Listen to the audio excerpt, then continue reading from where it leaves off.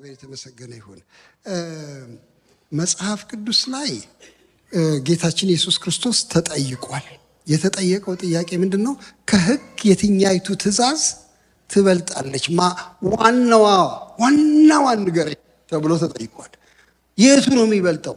ለምን አይሁድ 602 ገደማ የሚሆኑ ጥቃቅን ሕግጋት ሁሉ ነበራቸው ይባላል በቶራ ውስጥ በዝርዝር የተጻፉ እና ይሄን 600 ሕግ ሁሉ ያጋበስን እንዴት ነው የሚሆነው? ዋናውን ብቻ ንገረኝ፣ አንዱን በኩሩን ብቻ ሲባል ግልጥ አድርጎ ተናግሯል።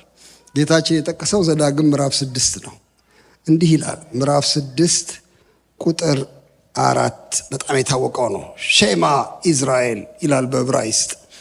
እግዚአብሔር እስራኤል ሆይ ስማ፣ አምላካችን እግዚአብሔር አንድ እግዚአብሔር ነው። አንተም አምላክን እግዚአብሔርን በፍጹም ልብህ፣ በፍጹምም ነፍስህ፣ በፍጹምም ኃይልህ ውደድ። አንድ ጥያቄ ብቻ ነው ጠይቃችሁ። ለምንድን ነው የአምላክን ቁጥርና የፍቅርን ነገር ያጣመረው? ፕሪያምብሉ ምን ይሰራል? ይሄ አምላክ እግዚአብሔር አንድ እግዚአብሔር ነው የሚለው ምን ይሰራል? ውደድ ብቻ ለምን አይልም? ትንሽ እንድታስቡ ነው። እስራኤል ሆይ ስማ፣ አምላካችን እግዚአብሔር አንድ እግዚአብሔር ነው። አንተም አምላክህን እግዚአብሔርን በፍጹም ልብህ፣ በፍጹም ነፍስህ፣ በፍጹም ኃይል ውደድ። ለእኔ የሚመስለኝ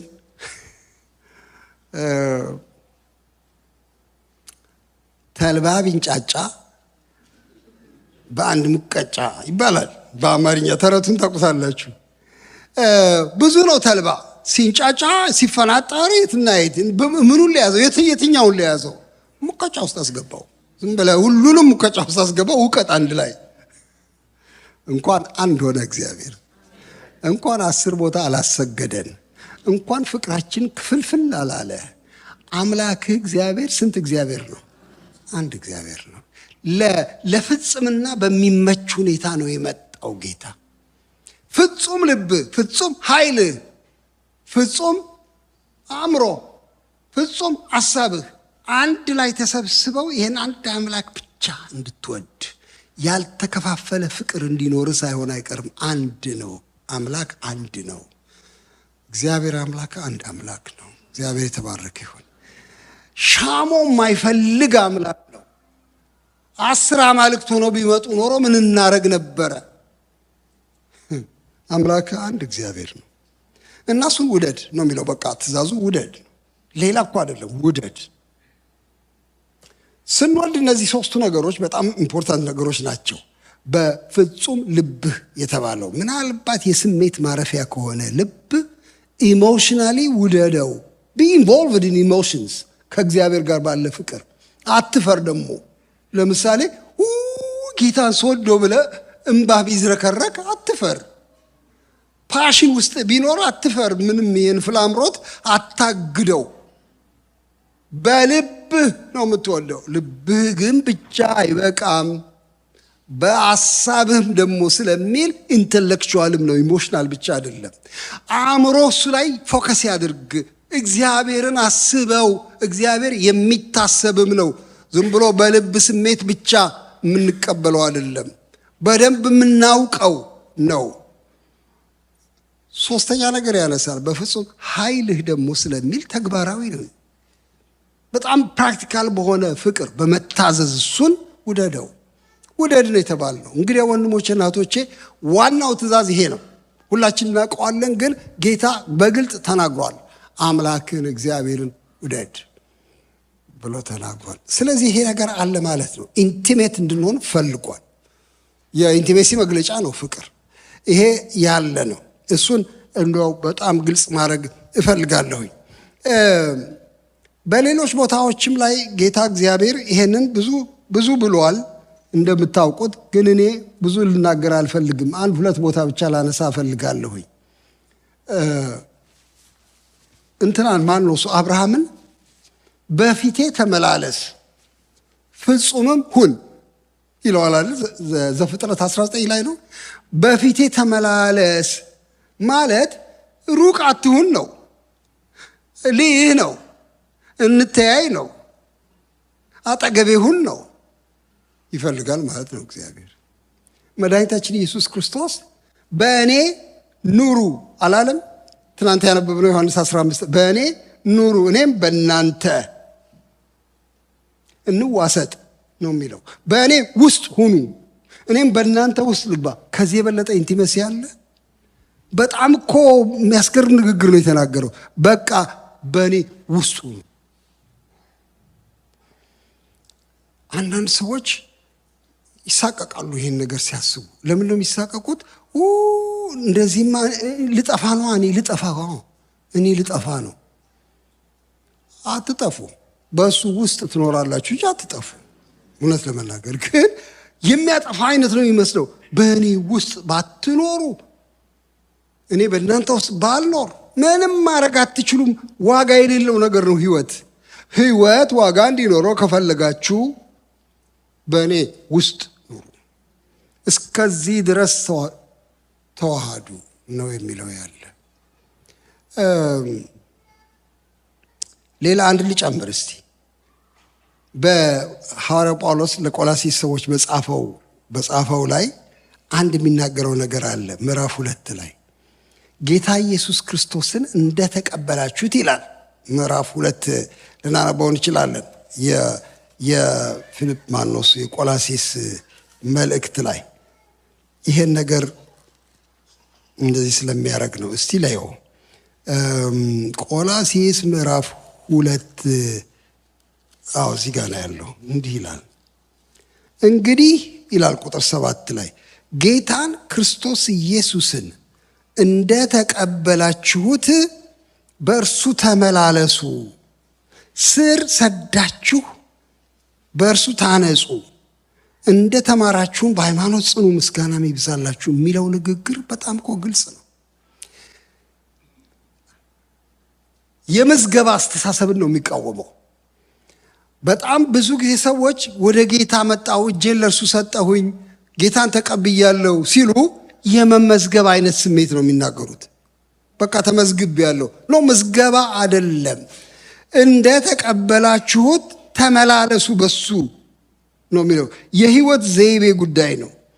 ተመላለሱ ብቻ አይደለም የሚለው፣ ስር ስደዱ፣ ታነጹ ይላል። ሁለት ዘይቤዎች ነው የሚጠቀመው። ወደ ታች እንደ ዛፍ ስር መስደድ፣ እንደ ህንፃ ደግሞ መታነጽ ወደ ላይ። ሁለቱም የሚያስረዱት በጣም ተጠጋጉ ባካችሁ፣ ዳር ዳር አትሂዱ ነው። በቃ ዳር ዳር አትሂዱ። የክርስቶስ ነገር በዳር ዳርታ የሚሆን አይደለም ነው የሚለው። ወይም ሜካኒካል ቅድም እንዳልኩት በሱ መንገድ የሚሆን አይደለም፣ በቀመር የሚሆን አይደለም፣ ወደ ውስጥ ግቡ ነው የሚለው። በቀደም ዕለት የሐዋርያት ሥራ ላይ ሳነብ የአስቄዋ ልጆች የሚባሉ ታሪካቸው ትዝ ይላችኋል። አንድ አስቄዋ የሚባል የአይሁድ ምኩራብ አለቃ የእሱ ልጆች 7 ልጆች ነበሩ ይላል እዛ የሐዋርያት ሥራ ላይ። እና እነሱ ምን ማድረግ ሞከሩ? እንግዲህ ብዙ ተአምር ሲሰራ አይተዋል። እነ ጳውሎስ በጌታ ስም ከአጋንንት ያደሩባቸውን ሰዎች ነፃ ሲያወጡ አይተዋል። እና ተአምር ሲሰሩ፣ በሽተኞች ሲፈወሱ አይተዋል። እና ሄደው ሞከሩ። በጣም የሚገርም ነገር ነው። ሞከሩ። አሚን ዘይ ነው ፎርሙላ።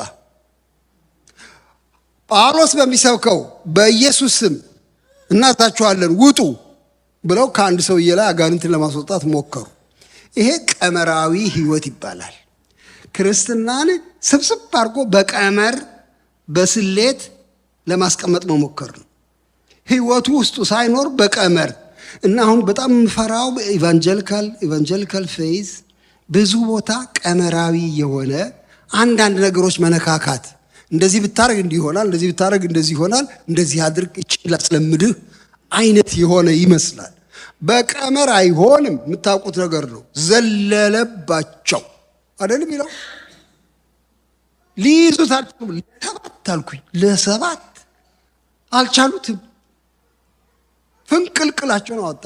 ግን ተናግሮ ነው ይህን ያደረገው።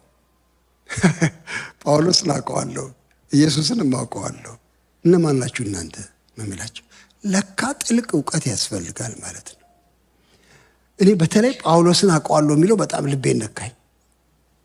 ለካ ጳውሎስ ይታወቃል በዛ በሰማያዊው ዓለም፣ በመንፈሳዊው ዓለም ጳውሎስ ይታወቃል ማለት ነው። እነዚህ ሰዎች ግን የሉበትም። ቀመር ነው የሚያውቁት እንጂ ሰማይ አያውቃቸውም።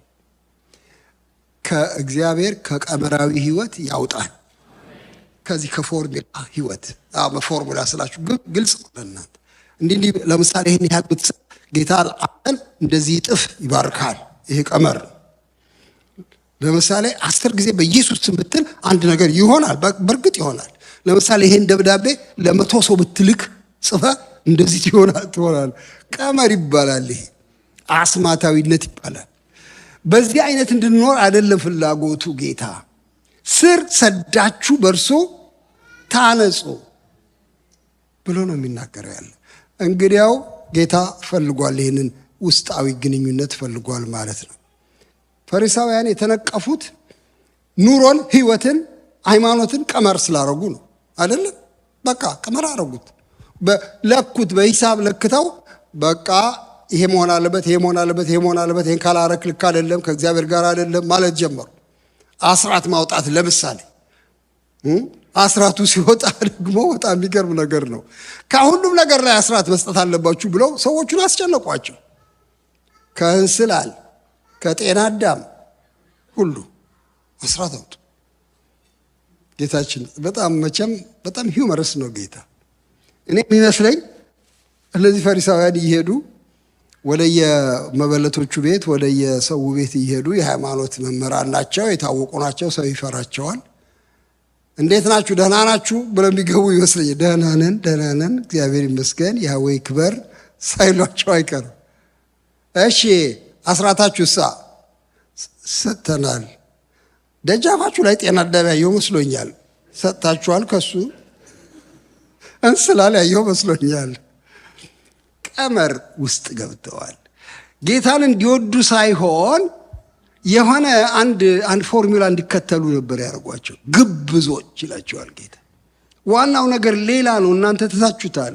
የፍርድን ዋና ነገር ትታችሁ እንደዚህ አይነት ጥቃቅን ነገር ትለቃቅማላችሁ፣ በቀመር ለመኖር ትሞክራላችሁ። እናንተ ዝም ብሎ ለታይታ የምትንገዋለሉ ናችሁ ብሎ ነቀፋቸው። ጌታ የሚፈልገው ከእሱ ጋር ጥብቅ የሆነ ግንኙነት እንደሆነ ምንም የሚያሻማ አይደለም። እሺ አንድ ጨምሬ ወደ ሌላ ነገር ላልፍ እፈልጋለሁ። ይሄም ጨምረው ሐዋርያው ጴጥሮስ የተናገረው ነው። ጴጥሮስ ሁለተኛ ጴጥሮስ ምዕራፍ 1 ላይ የክርስትናን ህይወት አሁን እንደምለው በጣም በመጠጋጋት የሚያድግ ህይወት እንደሆነ ያሳየበት ምዕራፍ ነው። የመጀመሪያው ምዕራፍ ሁለተኛ ጴጥሮስ ላይ በጣም የታወቀ ምዕራፍ ነው። ብዙዎቻችሁ ብዙ ጊዜ አንብባችሁታል ብዬ አስባለሁኝ። ግን ትንሽ ብናየው እኔ አልጠላም። ሁለተኛ ጴጥሮስ ምዕራፍ 1 ላይ እንደዚህ ይላል።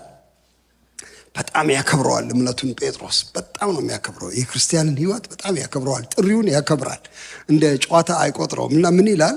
የኢየሱስ ክርስቶስ ባሪያና ሐዋርያ የሆነ ስምዖን ጴጥሮስ በአምላካችን እና በመድኃኒታችን በኢየሱስ ክርስቶስ ጽድቅ ካገኘነው ጋር የተካከለ የክብር እምነት ላገኙ ይላል። እና ማዕረጉን እጅግ አድርጎ ነው ከፍ የሚያደርገው። እኔ አሁንም እጽፍላችሁ በክርስቶስ ያገኘነው በጣም ማዕረጋዊ ክብራዊ የሆነ እምነት አለ። እዚያ ውስጥ የገባችሁትን እናንተን ነው ማናገር የምፈልገው ብሎ ክላስ ነው የሚሰጣቸው ያለ የሚጽፍላቸው ሰው። እውነትም አዲስ ክላስ ነው የሌለ በዚያ ማህበረሰብ ውስጥ በክርስቶስ ኢየሱስ የተገኘ እምነት፣ ትልቅ ክብር ያለው እምነት ውስጥ የገባችሁ ከኛ ጋራ በዚህ እኩል የሆናችሁትን እናንተን ላናግር እፈልጋለሁ። የመለኮቱ ኃይል ወይም መለኮታዊ ኃይሉ በገዛ ክብሩና በበጎነቱ የጠራንን በማወቅ ለሕይወትና እግዚአብሔርን ለመምሰል የሚሆነውን ነገር ሁሉ ስለሰጠን በእግዚአብሔርና በጌታችን በኢየሱስ ዕውቀት ጸጋና ሰላም ይብዛላችሁ። ስለ ክፉ ምኞት በዓለም ካለው ጥፋት አምልጣችሁ ከመለኮት ባህሪ ተካፋዮች በተስፋ ቃል እንድትሆኑ በእነዚያ ክብርና በጎነት የተከበረና እጅግ ታላቅ የሆነ ተስፋን ሰጠን። እግዚአብሔር የተባረከ ይሁን።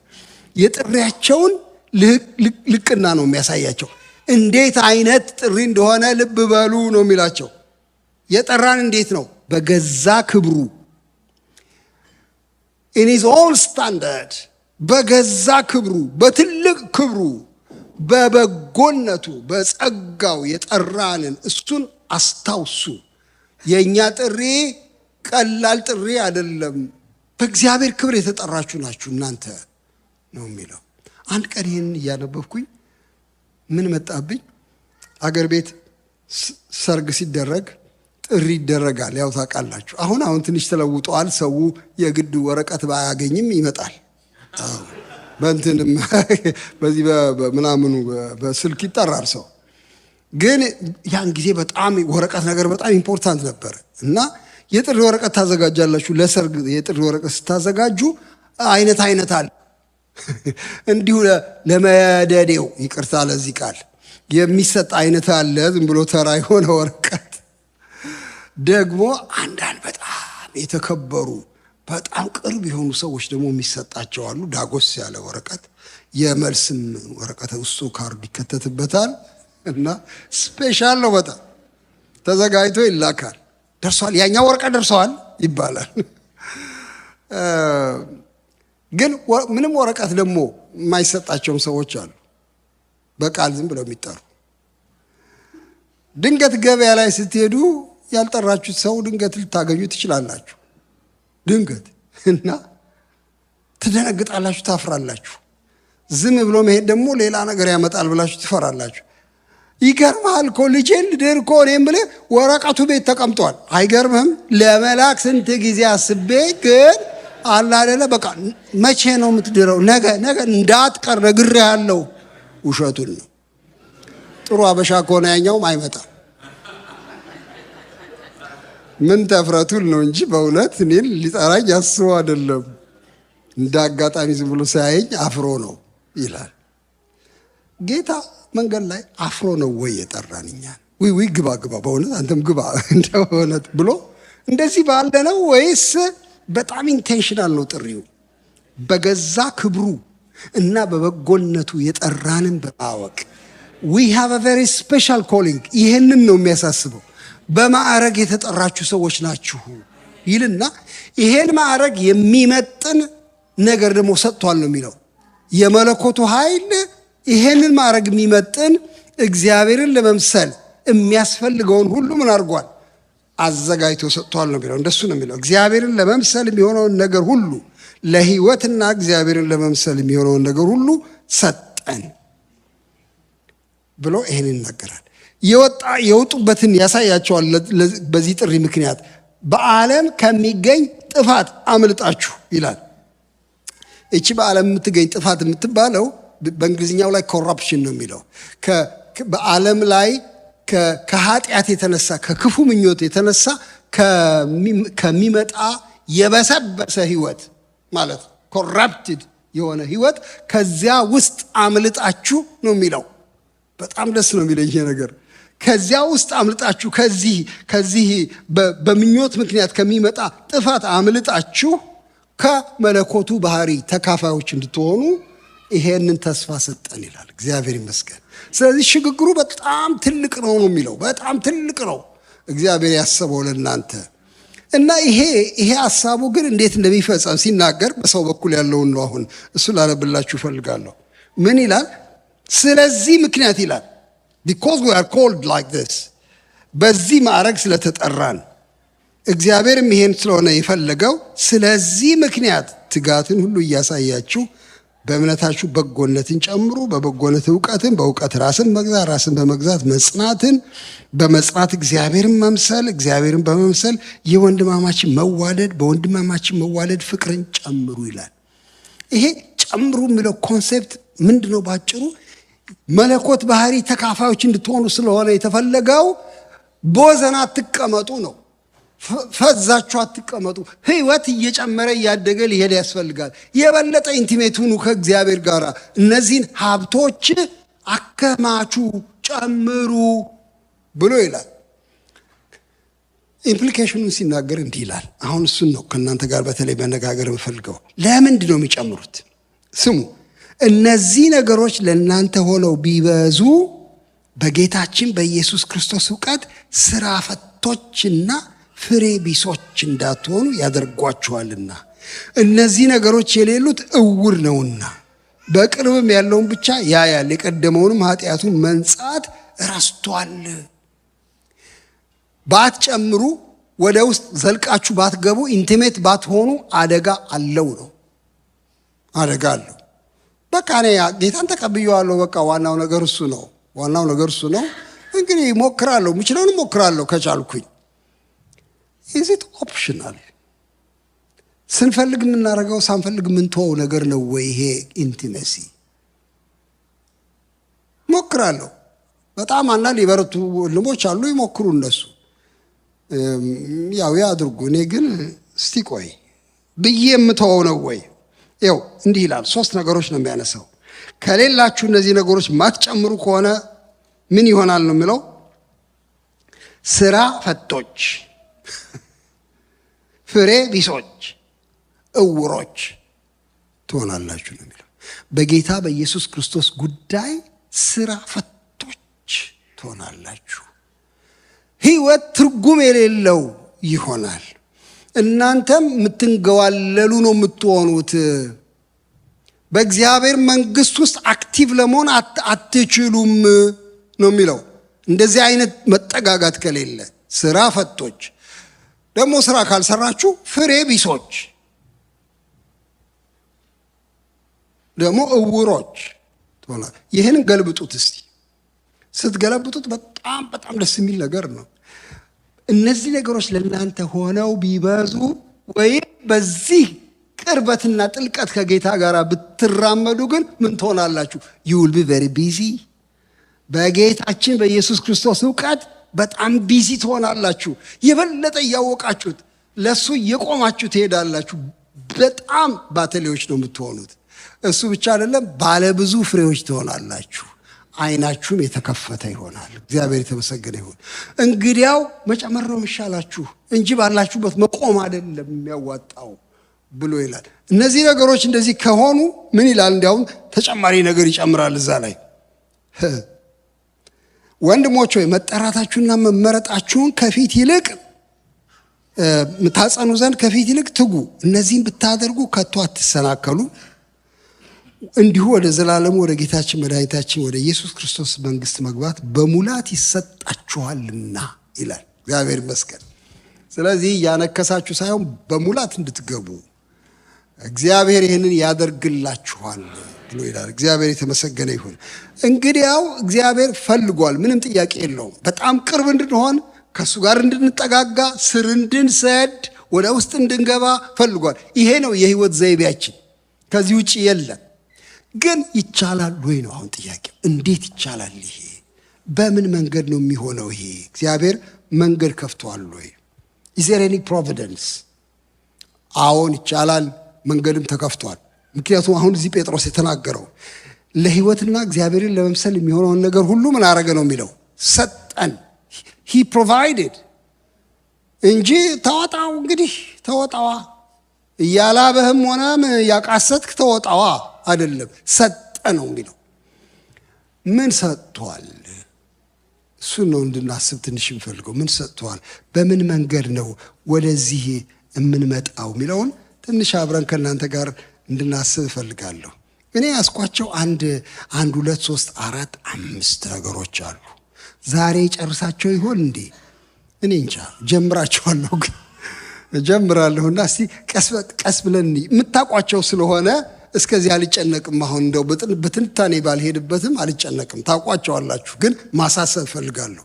በነገራችን ላይ ስለምታውቋቸው መነገር የለበትም የሚል ሕግ የለም። ወንድም ጴጥሮስ ለዚህ በር ከፍቶልኛል።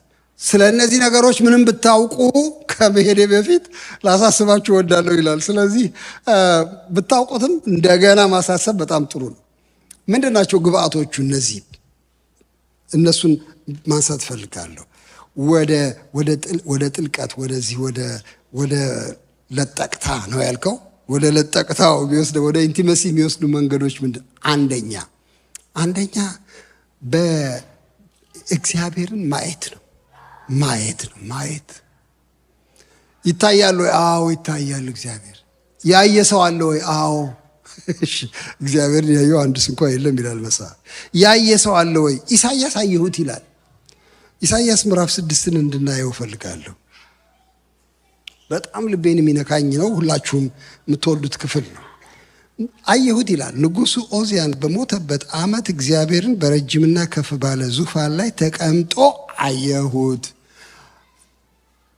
ሊተራል ማየት ላይሆን ይችላል እንደዚህ በአይነ ስጋው ብቻ እግዚአብሔር እዛ ጋር እንዳለ ግን ገብቶታል። ይሄ ሰው አየሁት። የልብሱ ዘርፍ መቅደሱን ሞልቶት ነበር። ሱራፌል ከእርሱ በላይ ቆመው ነበር። ለእያንዳንዱም 6 ክንፍ ነበረው። በ2 ክንፍ ፊቱን ይሸፍን ነበር፣ በሁለቱም ክንፍ እግሮቹን ይሸፍን ነበር፣ በሁለቱም ክንፍ ይበር ነበር። አንዱም ለአንዱ ቅዱስ ቅዱስ ቅዱስ የሰራዊት ጌታ እግዚአብሔር፣ ምድር ሁሉ ከክብሩ ተሞልታለች እያለ ይጮህ ነበር። የመድረኩም መሰረት ከጮኻዩ ድምፅ የተነሳ ተናወጠ፣ ቤቱንም ጢስ ሞላበት። አየ፣ ኢሳይያስ አየ፣ የሆነ ነገር አየ።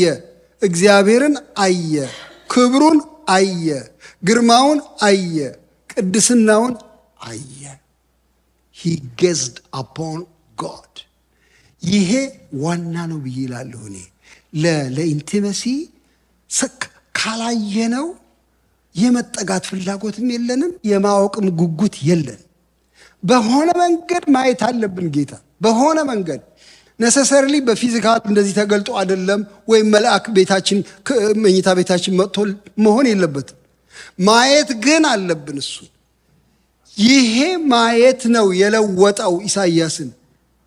አየሁት፣ ባለ ግርማውን አየሁት፣ እጅግ ቅዱሱን አየሁት ብሎ ይላል። ዮሐንስ ራእይ ላይ ባየሁትም ጊዜ እንደ ሞተ ሰው ሆኜ ተደፋሁ ይላል። እንደዚህ አይነት የመደፋት ኤክስፒሪየንስ ማግኘት በጣም ነው የሚጠቅመው። አየሁት፣ ሳየው በጣም የሚገርም ነገር ነው። አሁን ልክ እዛ ጋር ቢቆም ታሪኩ በቃ እንዴት አይነት ትልቅ ታሪክ ውስጥ ገባ ኢሳይያስ። እንዴ አየ እግዚአብሔርን። አንድ ነገር መሆን አለበት ይሄ ሰውዬ። አየው እኮ እና ይህንን እንደ ጉራ ለስንት ዘመን ሊያወራው የሚችል ታሪክ ነው። ግን ደግሞ የሚገርም ነገር ነው። ክፋቱ ልበለው ደግነቱ፣ እግዚአብሔርን የማየት ደግነቱ ብለው ይሻላል። ክፋቱ አይደለም፣ ራስን ያጋልጣል። ደግሞ ራሱን አየ እና ምን ይላል? ከንፈሮቼ የረከሱብኝ ሰው በመሆኔ ከንፈሮቻቸውን በረከሱባቸው መካከል በመቀመጤ ዓይኖቼ የሰራዊትን ጌታ ንጉሡን እግዚአብሔርን ስላዩ ጠፍቻለሁ እና ወዮልኛል። ይሄ ማየት ድንጋጤ ይፈጥራል። ድንጋጤው የጤና ነው። እግዚአብሔር የተመሰገነ ይሁን። አሁን በኢቫንጀሊካሊዝም ውስጥ የጠፋው በእኛ እምነት ውስጥ የጠፋው አንድ ከባድ ችግር ድንጋጤ ነው። የለም things are very routine። ብዙ ሰው አይደነግጥም። እንዴ ምን ያስደነግጣል እንዴ? አታውቀውም እንዴ? ይሄን መዝሙሩን አታውቀውም እንዴ? እንዴ ምንድነው ሽብሩ? አታውቀውም እንዴ? ሰባኪውን እናውቀዋለን እኮ ምን ማለት ነው እንዴ? ምን ያስደነግጣል? አሁን ከዚህ በኋላ ቀጥሎ ደግሞ የጌታ እራት ነው የሚቀርበው። እንዴ ምንድነው የምትሸማቀቀው? ማለቴ ድንጋጤ በሮ ጠፍቷል። እንዴት አጓጉል ሁኔታ ላይ ነን። መደንገጥ ነው የፈውስ መንገድ። ደነገጠ ሰውየው። ለምን ደነገጠ? ሁለት ነገር አየ። አምላኩን አየ፣ ባለ ግርማውን፣ ራሱን አየ፣ ቆሻሻውን። ይሄ በቃ ናቹራሊ ድንጋጤ ነው የሚፈጥረው። ጠፍቻለሁ፣ ወዮልኝ። ደግሞ የሚገርመው ኢሳይያስ እንዳወጣው አንዳንድ ጊዜ እንደ ሳቅም ይከጅለኛል። ኢሳይያስ የራሱን ብቻ ጥፋት አንስቶ ዝም ቢል አይሻለው ነበር ወይ? ከንፈሮቼ የረከሱብኝ ብሎ ዝም አይልም ወይ? እኛን ሁሉ ጨምሮ ከንፈሮቻቸው በረከሱባቸው ሰዎች መካከል ነው አናገረው፣ አስለፈልፈው። በቃ ሁለንተናይ ዘር ማንዘሬ የተበላሸ ነው እና ኤግዚት የታለ አለ። አስወጡኝ፣ በቃ እኔ አይገጥሜ ነኝ። በዚህ ትዕይንት ውስጥ ቦታ ሊኖረኝ አይችልም። አስወጡኝ የማለት ወዮልኝ፣ ጠፋው ብሎ አለ። ደነገጠ። ይሄ ትዕይንት ድንጋጤን መጫሩ በጣም ጥሩ ነው። ግን ድንጋጤ ላይ አይቆምም እንደምታውቁት። ከዚያ ቀጥሎ የሆነውን ታውቃላችሁ። አንድ መልአክ ታዞ ከመሰዊያው ላይ ፍም ወስዶ በጉጠት ወደ እኔ መጣ እና ከንፈሮቼን ረከሱብኝ ያልኳቸውን ከንፈሮቼን ቆሻሻ ነኝ ያልኩበትን ነካው። አበሳ ካንተ ተወገደልህ፣ ኃጢአትህ ተሰረየችልህ አለኝ። እግዚአብሔር የተባረከ ይሁን። ለካ እግዚአብሔርን ማየት ድንጋጤ ብቻ ሳይሆን ንጽህናም ይሰጣል። ወዲያው በቃ አነጻው። እግዚአብሔር የተመሰገነ ይሁን። አንድ ጊዜ የሶምሶን አባት ነው እንደሱ ያለው። የሶምሶን አባት ነው መሰለኝ። መልአክ ተገልጦላቸው ማኑሄ ሚስቱም አለች እዚያው ተገልጦላቸው አንዳንድ ነገር ሲነግራቸው እግዚአብሔር የሚያደርገውን ሲነግራቸው ደነገጠ እና መልአኩ በእንትን ውስጥ በመሰዊያው ላይ በነደደው እሳት ውስጥ ወደ ሰማይ ሲያርግ አየ። ብርክርክ አለ። ለካ ወንዶች ይደነግጣሉ አንዳንዴ። ደነገጠና ድንጋጤው ያስቀኛል። በቃ ጠፋን አላት ሚስቱን። በቃ ምንም ተስፋ የለንም እግዚአብሔርን አየነው በቃ ጠፋን ሲል እሷ በጣም ልባም ሴት ነበረች። ምን አለችው? ትዝ አይላችሁ? ሊያጠፋን አላሳየንም አለችው። if God means business ሊያጠፋን ብሎ አያሳይም ራሱን ነው። እና ለምንድን ነው የምትብረከረከው? ለዓላማ ነው ያሳየን እንጂ እኛን ለማውደም ብሎ ከሰማይ አይወርድም። ሊያጠፋን አይደለም። ይሄ ማየት ወዴት ወሰደው? ኢሳይያስን የምታውቁት ነገር ነው። ወዴት ወሰደው? ወደ መንጻት ወሰደው። ከዚያ በኋላ በጣም የሚያስገርም ነገር ሆነ። ይሄ የተንቀጠቀጠ ሰውዬ ያው የምታውቁት ነው። እንዲህ ይላል፣ ይሄ ከንፈሮችን ነክቷል፣ በደልህ ካንተ ተወገደ፣ ኃጢአትህ ተሰረየልህ አለኝ። የጌታንም ድምፅ ማንን እልካለሁ? ማንስ ይሄድልናል ሲል ሰማሁ። ተልእኮ እኔም እነሆኝ እኔን ላከኝ አልኩ። በመቼው አልኩኝ። በመቼው እንደዚያ ላብ ያላበው ሰውዬ ኤግዚት አለ ብሎ ያለ ሰውዬ አረ ሳር እኔ ያለሁኝ ከፈለክ ሊሄድ ይችላለሁ። ቤተኛ ያደርጋል። እግዚአብሔር ይመስገን። እግዚአብሔር ማየት ዘመድ ያደርጋል፣ ያስጠጋል፣ አያርቅም።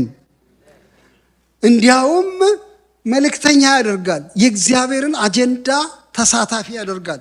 ገባበት። በቃ ኢሳይያስ የእግዚአብሔር ወገን ሆነ።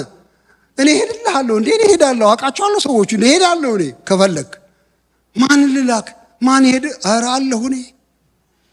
እንደዚህ አይነት ለውጥ በህይወቱ ሆነ። እንግዲያው የቅርበት አንዱ መንገድ ማየት ነው ማለት ነው። እግዚአብሔር ማየት የበለጠ ኢንቲሜት እንድንሆን ያደርገናል ማለት ነው። ይህን ኤክስፒሪየንስ እግዚአብሔር ይስጠን።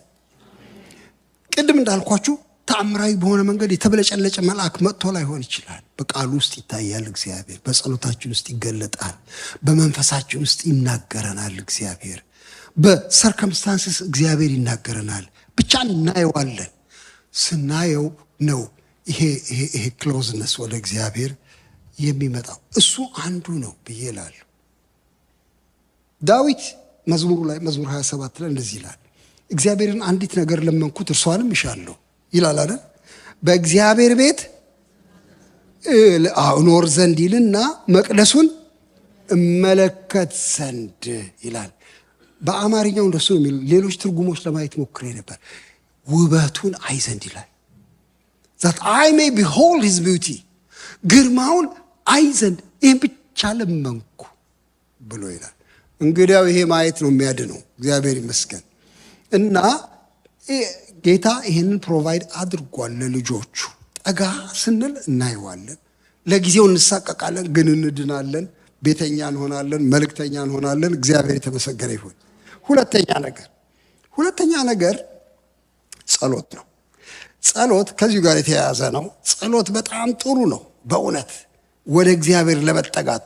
ለእናንተ ይሄንን እንደ እንግዳ አይደለም የምናገረው፣ ግን አስፈላጊ ስለሆነ ነው የምናገረው። ምን አይነት ጸሎት አልኩኝ። ዛሬ ፎርም ያደረኩት ቃል ነው እዚህ ኤክስፖዚተሪ ፕሬየር አልኩት። እኔ ኤክስፖዚሽን እናንተ ታውቃላችሁ። ኤክስፖዝ ማድረግ መግለጥ ማለት ነው። ብዙ ጊዜ መጽሐፍ ቅዱስ ገለጻ ይባላል። የመጽሐፍ ቅዱስ ክፍል ወስዶ ኤክስፖዝ ማድረግ፣ እያንዳንዱን አስተንትኖ ማስረዳት። ፕሬየር ኤክስፖዚተሪ ሊሆን ይችላል። ልባችንን በእግዚአብሔር ፊት መግለጥ። እኔ ስጥ ብየዋለሁ። ስጥ ታውቃላችሁ አይደል? ክክ ምናምን ታጥቦ ይሰጣል። ደጅ ስጥ አለ ይባላል። ኤክስፖዝድ የሆነ ነገር አለ ማለት ነው። ለፀሐይ ነው፣ ለፀሐይ ፊቱን የሚያሳይ ነገር አለ። ጸሎት እንደዚህ አይነት ስጥነት ያመጣል። ራሳችንን ለጌታ እንገልጣለን። በቃ ይኸው እንዲህ አይነት ጸሎት ልባዊ የሆነ ግንኙነት ከእግዚአብሔር ጋር እንዲኖር ያደርጋል። ብዙ ጊዜ ይሄ ጸሎት አይመጣም። አብዛኛውን ጊዜ ጸሎታችን እንደምታውቁት ኢዝ ሾፒንግ ሊስት አይደለም፣ ገበያ የመውጣት ያህል ነው ጸሎታችን በእውነት። እስቲ የጸሎት ጥያቄዎችን ሰብስብ። ስንት አላችሁ? ቁጥር 17 አይተሞች ናቸው። ገበያ ወጥተን ሱፐር ማርኬት ሄደን እንግዲህ ባለጠጋ አለ ሰውየው፣ ከሱ ሁለት ከሱ ከዛኛው 1 ደርዘን ስጠኝ እባክህ፣ ከሱ 6 ስጠኝ። ሸመታ ነው የምንወጣው። ጸሎት ግን ሸመታ ነው ወይ ስጥነት ነው? እሱን እንድናስበው ነው። ራሳችንን ኤክስፖዝ ለማድረግ እንቀርባለን ወይ በጌታ ፊት? ይህ አስፈላጊ ነው። እንዲህ አይነት ጸሎት አለ ወይ? በደንብ አለ እንጂ። መዝሙር 139 ላይ በደንብ አለ እንጂ። እሱን ታውቁታላችሁ፣ ግን ላንብብላችሁ። እንዲህ ይላል። አንደኛ ይላል፣ በጣም የሚገርመኝ ነው የዚህ ሰውዬ። ይሄ መዝሙር 139 አንደኛ መደበቅ አልችልም፣ አልሰጣም ብልም አልችልም፣ የተሰጣሁ ነኝ። የት ነው የምሸሸገው? ከአንተ ወዴት ይሄዳለሁ ብሎ ይላል አይደል? መረመርከኝ አወቅከኝ ብሎ ነው የሚጀምረው። መረመርከኝ፣ መንገዴን አወቅክ አንተ። ቁጥር 7 ከመንፈስህ ወዴት ይሄዳለሁ? ከፊትህ ወዴት ይሸሻለሁ? ወደ ሰማይ ብወጣ አንተ በዚያ ነው፣ ወደ ሲኦል ብወርድ በዚያ አለ። እንደ ንስር የንጋትን ክንፍ ብወስድ፣ እስከ ባህር መጨረሻ ብበር፣ በዚያ እጅ ትመራኛለች፣ ቀኝ እጅ ትይዘኛለች። በውኑ ጨለማ ትሸፍነኛለች ብል፣ ሌሊት በዙሪያዬ ብርሃን ትሆናለች።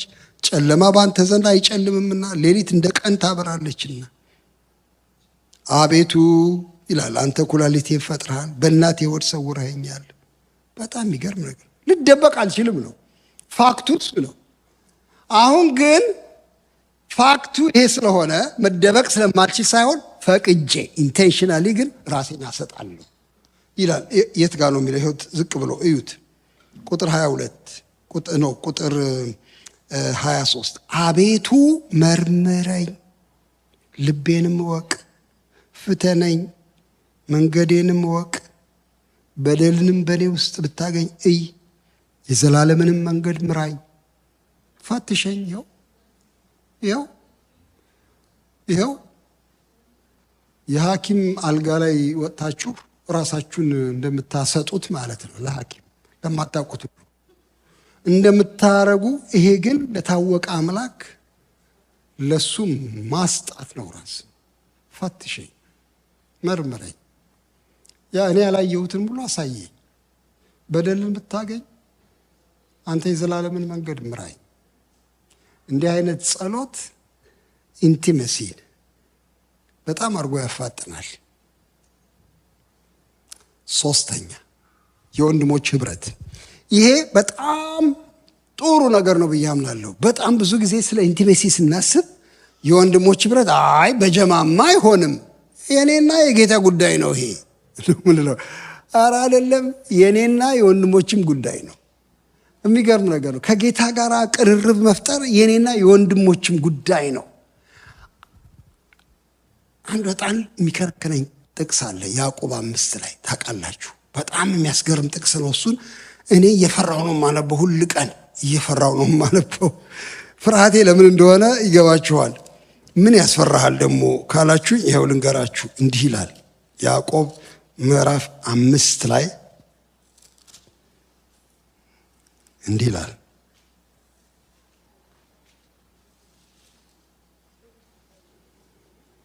ቁጥር 13 ልጀምር። ከእናንተ መከራን የሚቀበል ማንም ቢኖር እርሱ ይጸልይ፣ ደስ የሚለው ማንም ቢኖር እርሱ ይዘምር። ከእናንተ የታመመ ማንም ቢኖር የቤተ ክርስቲያንን ሽማግሌዎች ወደ እርሱ ይጥራ፣ በጌታም ስም እርሱን ዘይት ቀብተው ይጸልዩለት።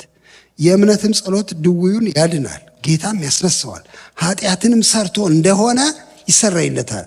እርስ በርሳችሁ በኃጢአታችሁ ተናዘዙ፣ ትፈወሱም ዘንድ እያንዳንዱ ስለሌላው ይጸልይ። ሁሉን እስማማለሁ እዚህ ውስጥ ያለውን፣ ግን እቺ ተናዘዙ የምትሏት ታስፈራኛለች። እና የኛን ፌሎሺፖች ቀስ ብዬ ስመዝናቸው የኑዛዜ ፌሎሺፖች አይደሉም። ጸልይልኝ፣ እጅን ጫንብኝ ልል እችላለሁ። እንደ ጉዳይ አለኝ ለጌታ ንገርልኝ። ለመናዘዝ ግን የደፈረ ህብረት የፈውስ መንገድ ነው። እግዚአብሔር ይመስገን። እና የወንድሞች ህብረት የሚገርማችሁ ነው፣ ኢንቲመሲ ይጨምርልናል። ራሳችንን ለጌታ ብቻ ሳይሆን ለወንድሞችም ክፍት እናደርጋለን። አስደንጋጭ ነው ነገሩ፣ ግን የህብረታችን መለኪያ እሱ ነው። በነገራችን ላይ አሁን ይሄ ቤተ ክርስቲያን በጣም የበሰለ ቤተ ክርስቲያን ነው ወይ ለሚለው አንድ መለኪያ ልትመስ ይናዘዛሉ ወይ እርስ በርሳቸው የሚል ነው። ወይ ወንድም ልክሴ በዚህማ አትለካን፣ በዚህ ልክ አይደለም፣ በዚህ አትለካን። መዝሙር በደንብ ያውቃሉ ወይ በለን። ለምሳሌ በቁጥር ስንት ናቸው በለን። ለምሳሌ አስራት ይከፍላሉ ወይ በለን ምናምን በለን። እንደ በዚህ ብንለካ ጥሩ ነው። ይናዘዛሉ ወይ ብለህ መለኪያ ታደርጋለህ። አይ ይላል ያዕቆብ። የህብረታችን ብስለት መለኪያ ነው። በወንድሜ አብይ ጋር መጥቼ ኃጢአት ሰርቻለሁ። እኔ እንዲያውም ጌታ የሚያጠፋኝ ሁሉ መስሎኛል። እባክህ ጸልይልኝ ማለት ከቻልኩኝ የተባረከ ህብረት ጀምሬያለሁ ማለት ነው። ይሄ ቤት ከፍ ብሏል ማዕረጉ ማለት ነው። ግን አሁን የወንጌላውያን ህብረቶች ወደዚህ ገና ያደጉ አይመስለኝም። እንዲያውም ኑዛዜማ ከመጣ አንደኛ በሶሻል ሚዲያ ነው የምናደርገው። ያውም አናዛዦች ነን እንጂ ተናዛዦች አይደለም። በምንም አይነት የየንትናን ምናምን እንለጥፋለን። ከዛ ያው የምታውቁት ነገር ነው። ግን ያዕቆብ እንደሱ ይላል። ህብረትም ራሱ ለዚህ ኢንቲሜሲ ትልቅ ዋጋ አለው ልላችሁ ነው። ደግሞ እግዚአብሔር በህብረታችን ውስጥ ልዩ ልዩ ስጦታዎች ያስቀምጧል። ይሄም እኮ አንዱ በጣም ወደ ጌታ እኮ እንድንቀርብ የሚያደርገን ነው። ስትሰበሰቡ ምንድን ነው ይላል አይደል? አንደኛ ቆሮንቶስ ምዕራፍ 14 ለአንዱ መግለጥ አለው፣ ለአንዱ ትምህርት አለው፣ ለአንዱ መዝሙር አለው እና ከእናንተ መካከል ደግሞ አንዱ ትንቢት ቢናገር ለምሳሌ በልቡ ያለው ይገለጣል፣ ይወቀሳል አይደለም የሚለው። ይሄ እኮ የኢንቲሜሲ መንገድ ነው። በልዩ ልዩ የመንፈስ ቅዱስ ስጦታዎች፣ በኑዛዜ፣ በወንድማዊና እህታዊ ፍቅር ወደዚህ ኢንቲሜሲ ወደ ጌታ ልንጠጋ እንችላለን። አንዱ መንገድ ነው ብዬ እላለሁ። ሌላው መንፈስ ቅዱስ ነው። መንፈስ ቅዱስ እንግዲህ ምን ልበላችሁ፣ በዚህ ሁሉ ውስጥ ይሰራል። የእውነት መንፈስ ስለሆነ ወደ ጌታ የሚያስጠጋን መንፈስ ነው። የፍቅር መንፈስ ስለሆነ እግዚአብሔርን የሚያስወድድ መንፈስ ነው መንፈስ ቅዱስ። የጥንቱን ሃይማኖት ስጠኝ የሚል አንድ የድሮ መዝሙር አስታውሳለሁ። አንዳንዶቻችሁ በመሬት ላይ አልነበራችሁም ይህ መዝሙር ሲዘምር። የጥንቱን ሃይማኖት ስጠኝ፣ ይህ ብቻ ይበቃኛል ይላል። የመንፈስ ቅዱስን ስራ በተለይ የሚያነሳ ነው ያ መዝሙር። ሰው እንድወድ ያደርገኛል፣ ሰው እንድወድ ያደርገኛል፣ ይህ ብቻ ይበቃኛል። ሰይጣንን ሳያስጠላኛል፣ ሰይጣንን ሳያስጠላኛል፣ ሃሌሉያ ያሰኘኛል፣ ሃሌሉያ ያሰኘኛል። ያ መንፈስ ያለበት እምነት ወደ እግዚአብሔር እንድንጠጋ ይረዳል። መንፈስ ቅዱስ በጣም የሚያጠጋጋ መንፈስ ነው። አንድ መዝሙር ነበር የማስታውሰው፣ ደስ የሚል የኢየሱስ መንፈስ መቀመቃ ወረደኝ አይልም። ምን ይላል መዝሙሩ? ወደ ላይ ከፍ አደረገኝ፣ ወደ ላይ ከፍ አደረገኝ፣ ወደ እግዚአብሔር አስጠጋኝ። መንፈስ ቅዱስ በውስጣችን ሲሆን ያጠጋጋናል፣ ጌታን ቅርብ ያደርግልናል። በእውነት ይውረድ። እኔ በጣም ነው የምመኘው ይውረድ። በቃ ያለ ብዙ ድካም ፍቅርን ያፈሳል። በመንፈስ ቅዱስ ፍቅር ስለፈሰሰ አይደል የሚለው ጳውሎስ፣ ያፈሳል ፍቅርን እና በአንድ ጊዜ ቤተኛ ያደርገናል። ለዚያ መንፈስ አክብሮት መስጠት ተገቢ ነው። ሌላው ቅዱስ ቃሉ ነው። ለእናንተ የምናገረው የለኝም። በእውነት በቅዱስ ቃሉ አንጻር እሱ ዋና ሰሌዳችን ነው ለኢንቲመሲ። እግዚአብሔርም ይናገራላ በቃሉ ውስጥ። በዚህ ቃል አማካይነት ወደ ጌታ እንቀርባለን። እግዚአብሔር የተመሰገነ ይሁን። ላብቃ እዚህ ጋር። ዛሬ ያስመሻዋችሁ ይቅርታ ጠይቃለሁኝ። ነገ ግን ከ2 ሰዓት በላይ አልሰብክም በተቻለ መጠን። እግዚአብሔር ይባርካችሁ። ግን ጌታ እየተማጠነን ያለው እባካችሁ አትሽሹ፣ እኔ ልጆቼን ጸጉራቸውን መዳበስ እፈልጋለሁ፣ ብብቴ ስር ማድረግ እፈልጋለሁ፣ አትሽሹ፣ ለዚህም የሚሆን ጉልበት እሰጣለሁ እያለ እንደሆነ ነው የማየው። እስቲ እንጸልይና